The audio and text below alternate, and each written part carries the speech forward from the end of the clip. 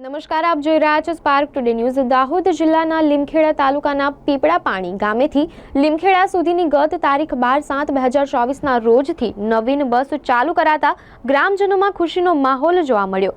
દાહોદના સાંસદ જશવંતસિંહ ભાભોર દ્વારા લીલી ઝંડી આપી પ્રસ્થાન કરાવ્યું હતું। આ બસ દ્વારા તાલુકાના છેવાડાના 7 થી 8 ગામોના લોકોને લાભ થશે। આ બસ ચાલુ કરાતા ગ્રામજનોમાં ખુશીનો માહોલ જોવા મળ્યો હતો। મારું નામ પિન્ટુભાઈ ગોવિંદભાઈ કટારા છે, ગામ જેજીતગઢ છે અને આજ રોજ અમે આ પીપળાપાળી ગામમાં ઉપસ્થિત છે અને અહીંથી એક આ નવીન બસનું ઉદ્ઘાટન કરવામાં આવ્યું છે।